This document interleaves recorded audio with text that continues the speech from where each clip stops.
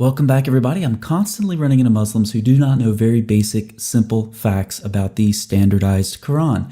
In this video, we'll do what we normally do and what other channels like this do, and that is tell Muslims things that their authorities would apparently rather keep concealed. We'll proceed through this video with a series of questions. What do Muslims really mean when they say the Quran? When did a Quran become the Quran? Why did a Quran become the Quran? And what are some problems with the Quran? So let's get right to those first two questions. When Muslims talk about the Quran, they're primarily referring to the standardized Egyptian edition, which was first published on July 10th, 1924 in Cairo, and it's now widely seen as the official text of the Quran. After it was standardized in Egypt, the Hafs recitation, from which the standardized text is allegedly derived, quickly became the standard not only in Egypt, but throughout most of the Muslim world, though numerous Arabic Qurans do exist, with thousands of differences between them. So for the first two questions, the Quran actually refers to the standardized Quran, which is the 1924 Egyptian edition. Now for the third question, why did a Quran become the Quran? In the early 20th century, the shape of the Quran would have seemed anything but clear. In fact, the Egyptian government was motivated to begin the project that would lead to the Cairo Quran edition due to the variations or errors, as an appendix to the Cairo edition describes them, found in the Quranic texts. I've now communicated something to Muslims in just a few minutes that many would go their whole lives without knowing if their authorities had their way, such as the authoritarian nature of the Islamic religion. So the first three questions are fairly straightforward. When Muslims say the Quran, they're referring to the standardized Cairo edition. This was standardized in 1924, and it was motivated by errors found in Quranic texts being imported for use in Egyptian schools. Now, what are some problems with the Quran? Well, first, from the Muslim perspective, it seems to me that the standardized edition is in disobedience to what Muhammad taught. We have several hadith attributed to Muhammad that say who to learn the Quran from. Of course, there are four prominent persons mentioned. And the standardized Quran is not based on any of these four readings. The reality is, if Muhammad's orders were followed, there would be no standardized Quran, because these four recitations that Muhammad refers to all have variants, both within themselves and with the standardized 1924 edition. As Gabriel Reynolds says, the Cairo edition is often at odds with manuscript evidence. And as we've seen previously, it didn't take long for these early Quranic variants to cause problems. We've talked recently on this channel about a problem with Surah 33:6. The codices of the four different companions contain a variant that say that Muhammad is the father of the believers. Recall that when Umar heard this variant, he ordered it erased, even though it was attributed to Ubay ibn Ka'b, and Ubay ibn Ka'b was one of the four that Muhammad said to learn the Quran from.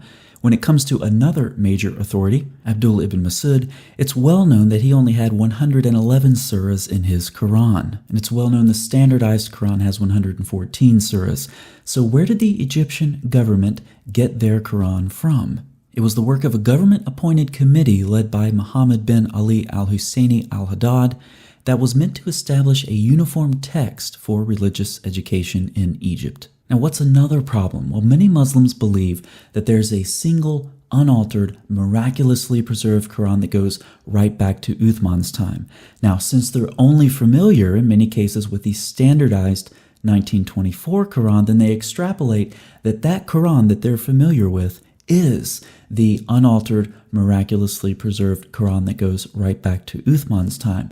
In fact, this is a massive non sequitur. As Muslim scholars Al-Takulich and Ihsanulu state, one of the most important questions of Quranic history is the whereabouts of the Musafs attributed to Caliph Uthman, and whether any of them reached the present day. Unfortunately, we do not have a positive answer to this question. In our view, this situation is one of the greatest weaknesses of the Islamic world throughout history. So they say we don't have any Uthmanic manuscripts, and we can actually go way back to the 8th century and see the same thing. According to Malik bin Anas, the Uthmanic Codex disappeared. So none of the Uthmanic manuscripts have reached the present day, and if none of them have reached the present day, the Muslims obviously can't claim that the reading in the standardized Quran reflects the Uthmanic manuscripts. Now there's another problem that we can talk about, and once again, this lies in the realm of the Muslim authorities. A common belief that the Quran is a single, unambiguous reading is due in part to the bravado of translators, who rarely express doubt about their choices. You see, not only are there problems with miraculous preservation and the Uthmanic manuscripts and so forth, but there are problems with how Muslims conceive of preservation of their texts in general. To put it bluntly, I would say it's all bravado. What I mean by this is you don't get credit for having a low number of variants in your manuscripts when you destroy your manuscripts after you revise or supersede them. If I were to use a biblical example, I could take a manuscript from each book of the Bible and then destroy all of the other manuscripts. How many textual variants would I have? 0, because I only have one manuscript per book. But that doesn't mean that the Bible was miraculously preserved. It just means that I destroyed the rest of the manuscripts with the variants in them. Let's go back to Uthman's time. Uthman sent his copies to various provinces and then ordered that all the other Quranic materials, whether written in fragmentary manuscripts or whole copies, be burnt. So pop quiz, Uthman destroyed all of his Qurans after he made his changes, and a couple of decades later, Al-Hajjaj made another revision to the Quran. What do you think he did with his old Qurans? That's right, he destroyed them. Just as Uthman had ordered the destruction of all unofficial codices, so too Al-Hajjaj ordered the destruction of all codices other than his own and copies made from it. Pop quiz number 2. Uthman destroyed all of his old Qurans.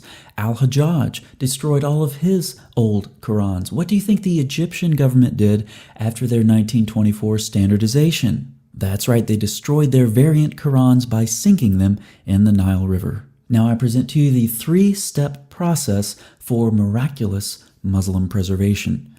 Step 1, revise Quranic manuscripts as needed. Step 2, destroy superseded Quranic manuscripts. Step 3, observe fewer variants due to destroyed manuscripts. Result, claim miraculous preservation due to fewer variants. So let's summarize what we covered in this video. What do Muslims really mean when they say the Quran? They're referring to the standardized Cairo edition, and this was standardized in 1924. Errors prompted this standardization, and we talked about some problems with the Quran. It appears to disobey Muhammad because Muslims are not following one of the 4 recitations he prescribed.